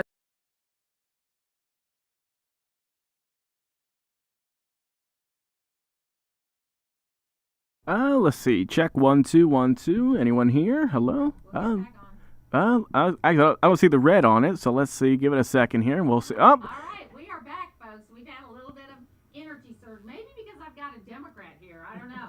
Nick Alex is here with me today. He's running in the 9th District. Welcome, Nick. Thank you. There's and be a little.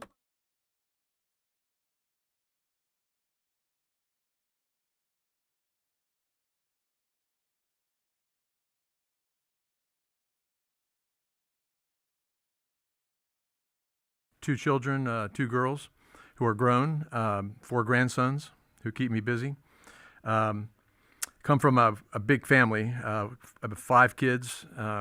Grew up in Northern Virginia, right outside Washington D.C. So sort of like got that federal thing in my DNA or my blood. Really, my dad worked for the Department of Justice, and my mother worked for the Department of Interior and Defense. And when I graduated from college, I thought I did not want to go into the government. I've watched my parents, work at this, and I think I should try something else. So went into banking and had a great career at Bank of America for about 20 years, then SunTrust or Truist Bank.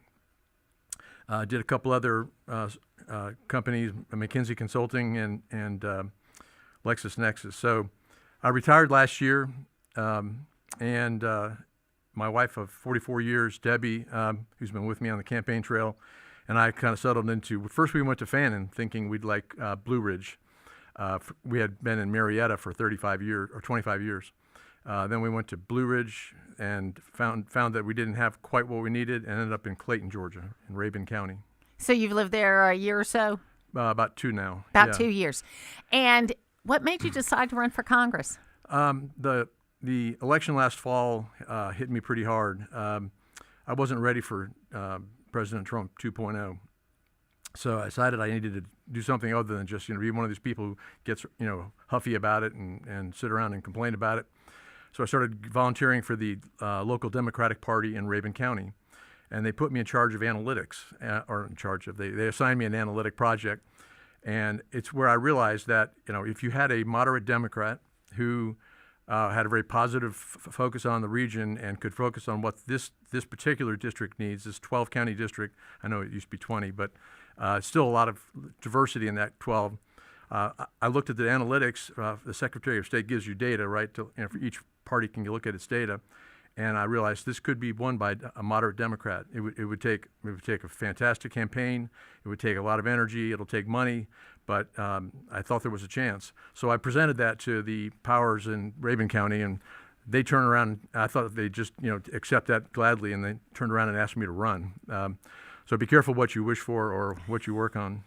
Well, I understand why you're a Democrat, because you grew up in Northern Virginia, because pretty much it's the company business and it's kind of the company party. I mean, let's be honest here, and a lot of people do that sort of thing. I mean, I grew up in a mixed household. My dad was a Republican, and I'm pretty sure my mom was a Democrat, like a FDR Democrat, but she never talked about how she voted, but she did used to say they canceled each other out, so that's how I sort of figured that out. But I think that the challenge for this district, as you know, is that it's 30% Democrat, maybe 24 to 30% Democrat. The rest is Republican. Yeah. So it makes it a challenge. But what drew me to you to ask you to come in was your website talking about being a more centrist kind of Democrat, a more of a kind of Clinton kind of Democrat, which I'm not sure that he could get elected in the Democratic Party today. I did my research for my master's degree on women's electoral success in the Republican Party, and one of the things, what I discovered is true for both parties in that the primary system pushes you to the left or the right, depending on what party you're in. Okay, so in the case of women are perceived more liberal than their male counterparts, so that helps you in a Democrat primary and it hurts you in a Republican primary, right? So what you end up with in a primary, now if you're the only one running, then you'll be the guy that'll be running, okay? But what you end up with is the more farther right or farther left person after a primary process. That's my understanding of the political process as well, and it's why I decided to get out early. Once they asked me to run, I thought I'm going to start now and run hard. So we started in April. And nobody knew who we were, and I didn't even know all the travel I was going to be doing. But you're right. I see the Republican side getting drawn into that kind of a debate that will bring out sort of the heart of what would be Republicanism today. I can stay more centrist because right now I'm not being pulled to the far left. There are people who probably don't think I'm left enough, and I understand that. But it's who I am, and so I think it's going to work out better for me if I don't have a challenger, and so that's why I've run hard. That's why I wanted to come in and talk with you. I've already been in all 12 counties, as I was mentioning to you, I think offline. I've probably 45 events now, 3,200 miles on my car, and I just put a new set of tires on. I'm going to probably go through those pretty fast. And all that has helped me establish that centrist position, But, I think it'll be hard to get money from the DCCC. It's going to be hard to raise money because just the numbers aren't there as far as that goes. And since this is considered to be a safe Republican district, you're not going to have the traditional Democratic groups taking a chance on you. That's an issue, right? Yeah, it is. It is. Yeah. And so what we're trying to do is we focus on the retail politics and getting people to, the other thing I'm standing up is a social media organization that has really got to, help us with our campaign. We're not going to get early money from any of those organizations, but if we can establish a pattern of small donations, if we can establish a pattern of a lot of local interest and media interest, we're going to try and make the case that this is one of those races where, yes, it's going to be a real tough race, but it's worth investing in. There are a lot of places where it's safely blue in the country, and those voters who have money to contribute, will want to help a Georgia candidate who's trying to turn red to blue. And I think too that one of the challenges that I think we have in general is that, okay, you said you were drawn by the 2024 election, right? And in me observing, because I'm not I voted for President Trump 3 times. I gave him money, but I'm not, MAGA people will tell you I'm not MAGA, but I believe in a lot of the things that he has espoused. And I think his second term has been much better than his first term. And in many cases, leaders, wait a minute, let me just say, leaders in your party sound crazier than he does. And that had been always something that your party kind of counted on, that he was going to say something crazy. Mm-hmm. And he's the most reasonable guy in the room right now when you look at some of the leadership in your party. That's not what it's not my understanding. But I didn't think so. Yeah. I'll tell you, I don't want any of our voters to think that I'm asking them to change their mind about Trump. Trump is our president. He's going to be our president through 2028, and I'm fine with that. But what I would suggest people do is diversify their politics. We diversify our investment portfolios, right, to make sure we're safe, because you don't want to have too much in one basket. I'd like people to think about diversifying their political market basket, because I think that a common sense Democrat would be a good check and balance in Washington against a Republican administration. I think the Republican administration has done some brilliant things for themselves, but I think some of the changes they're proposing are going to be too catastrophic for us. I've heard you talk with many guests about health care. It's obviously one of our key issues. And I think having a moderate Democrat in the House and having maybe the House be Democratic so that there's a good mix of government where we do better diversity in Washington could be a good thing. Well, and I think the healthcare issue isn't a big one. I agree with you about that, in that, even the Washington Post a couple days ago said, Affordable Care Act hasn't worked. I mean, it's not affordable. Things have gone up a lot more. About 20 million more people are covered, which is a good thing, but the cost has not been controlled at all. And that's been under Democrat and Republican presidents since the ACA has gone in. So I do think those are the issues, one of the issues. But as you're going around talking to folks, because I know you have your ideas, right, but what are you hearing from the folks you're talking to? Well, the 3 key themes that I hear are the issue of affordability, all right, which has many splendored pieces. The fact that government services are changing, and so that's the threat of Medicaid, SNAP food benefits, and even changes in Medicare and Social Security. So they're worried about government programs. And then the third thing I hear a lot about, and this is fiery on the Democratic side, is the rule of law. What's happened with deportations, what's happened with the lack of habeas corpus, the attack on judges, so just overall rule of law. And I think Trump has been more aggressive than I expected in terms of trying to really command all factors of government. His agency heads, in his federal government, to me are not independent in any way, and should be more independent. But here's the thing, and I texted this to John Ossoff last week, so I'm not speaking out of school here. If what you say is true, and I'm going to push back on a couple of things that you said. Sure. But if what you say is true, then by the Democrats not cooperating on the CR on the Senate side, they actually are giving Donald Trump the power that they say they don't want him to have. You know, if they had cooperated more and used their power as congressional members, and I know you're running for Congress, not for Senate, but they have given him more power. You're talking about the shutdown, right? Yes. All right, let's talk about the shutdown. I think the shutdown is all about the Democratic Party has no power right now. You're right, right? So there's nothing we can do literally, and so I don't, trying to work across the aisle and so forth doesn't really work when everyone is MAGA and everyone's Trump. not MAGA though. You're right. Everybody is, but all the Republicans fall in line. So there's no discussion to have there. The only power they have is this power to force a shutdown, and what they're forcing the shutdown over to me is vital, which is the ACA subsidies, regardless of whether you think Obamacare or ACA is too expensive, it is used by 24 million people. If those subsidies are removed, as the OBBBA dictates, they'll lose those subsidies, and about half those people will lose coverage. That's like 500,000 Georgians alone, and when they do, that'll be catastrophic.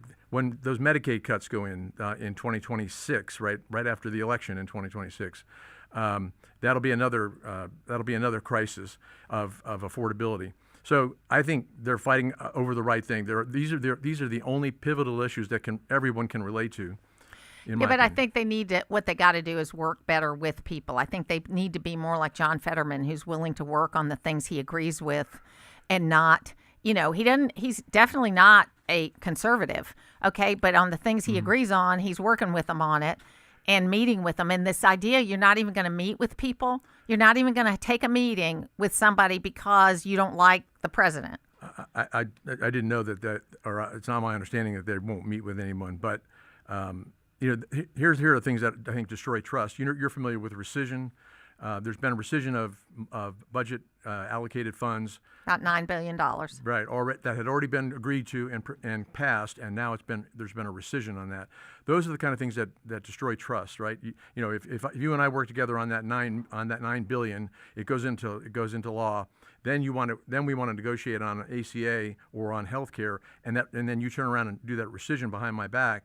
How are we going to? I think and it's more for me scale. Yeah. In that $9 billion on a $7 trillion budget is like not even a rounding error. Okay, it's to me, for me as a fiscal conservative, it's not enough. Okay, and here's what I like, and we'll close on this and we'll get together on another thing. Okay. Rand Paul's plan is you take the 2019 budget, which was actually $1 trillion deficit, so it wasn't a small budget. You adjust it for inflation, which gets all the COVID money out, but it acknowledges that there's been inflation. That gets you to a balanced budget. Okay? If we continue the CR that we're in right now, we will have a balanced budget in 10 years. If we do nothing else but pass the CR every time, we'll have a balanced budget in 10 years. We've got to get there because we can't have a $37 trillion debt. I agree with you. And so on my moderate side. And you're a banker. Right. Yeah. I'm a banker. On my moderate side, I believe in strong borders. I believe in a balanced budget, and I believe in the Second Amendment, right? So I'm clear with you on balanced budget. But what doesn't add up to a balanced budget is this current One Big Beautiful Bill Act is $3.3 trillion in additional debt on the balance sheet. It is $1.2 trillion in new tax breaks for the wealthy. And on top of that, it cuts $1.5 billion out of these kind of healthcare benefits. I will challenge you to go back and look at the new CBO numbers on that, because they've now said it's a plus of $300 billion after it's been in place now for several months. So I would go back and look at the new CBO I'll go back and numbers. look that up. All right.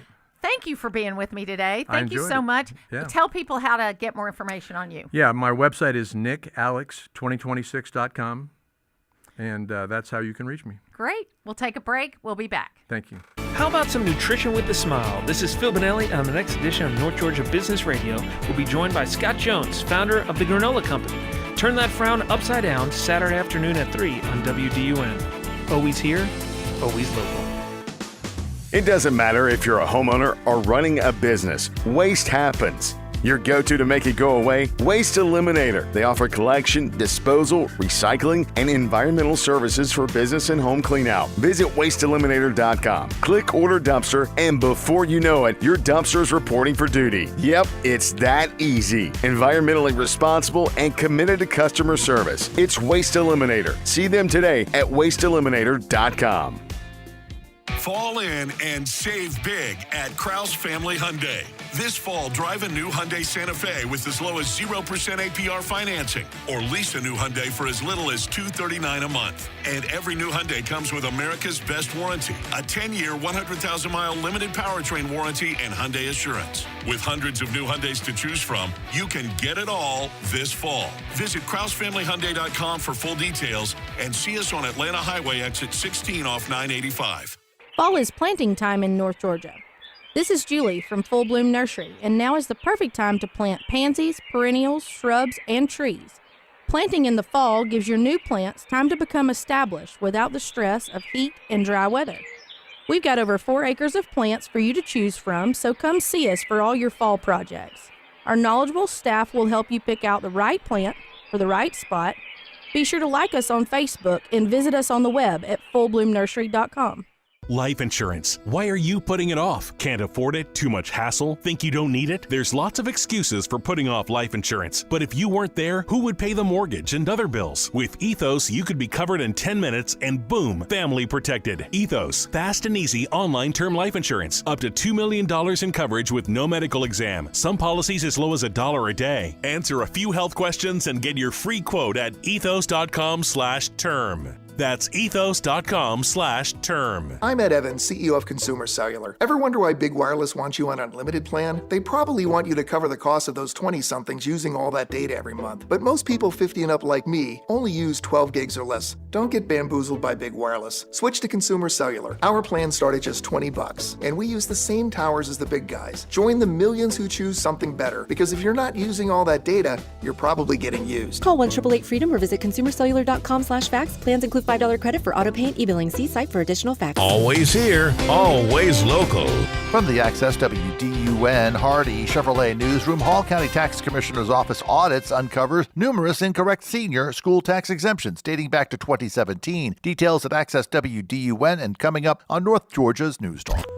Use the Access WDUN Talk and Text line, presented by M&R Rental at 770-535-2911, and be part of the conversation. From the Northeast Georgia Health System studio in downtown Gainesville, it's the Martha Zoller Show on AM 550 and FM 102.9 WDUN.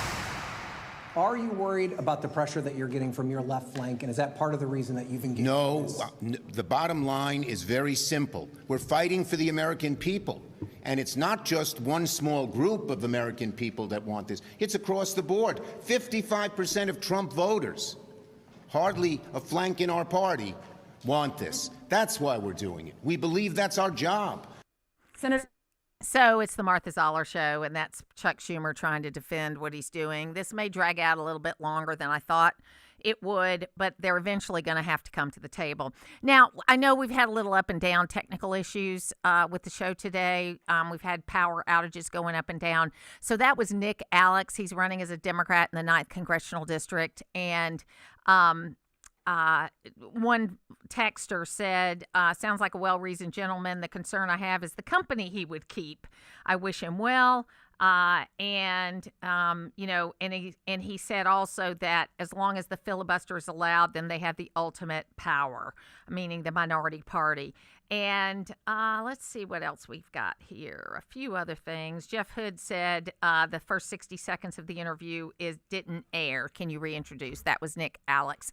So, look, I think that he is definitely a lifelong Democrat. I think he's got a moderate view, but I think some of his views about Donald Trump are probably not accurate. But I can understand that Trump's going in a million directions all the time, and somebody's got to put a stake in the ground saying enough is enough, and that's what he's trying to do. And I would argue that if in the last 20 years, including the first 4 years of Trump, which he did listen to a lot of the traditional Republicans and made some of the same mistakes, People have just been acting like there's no tomorrow on the money, okay? And they cannot act like there's no tomorrow on the money. And I would reiterate again the Rand Paul plan of starting at the 2019 spending, adjusting for inflation, get all the COVID money out, and go from there on it, and then have a real debate about healthcare reform. And I know there's not enough grown-ups up there to actually go to the table, so it's going to take you guys to say you want a real debate about healthcare reform, not just protecting your territory on ACA. Finally, I want to just say to you one more time, we've got to stop this government shutdown and get into continuing resolution. It was Mike Collins that told me that if we pass the continuing resolution for the next 10 years, we'd have a balanced budget, which I think is so crazy. So crazy. But we can get to a balanced budget.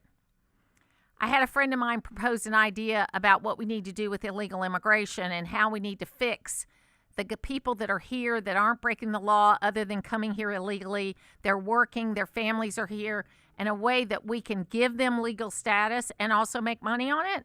So we're gonna flesh that idea out, and I'm going to talk about that later or in another program. Until then, though, call Senator Ossoff and Senator Warnock and tell them to vote to reopen the government. And call your friends in Arizona, Michigan, Pennsylvania, Wisconsin, and tell them to call their senators, because they've got to make the call. Tell them to call their senators and tell them to open the government. We'll be back tomorrow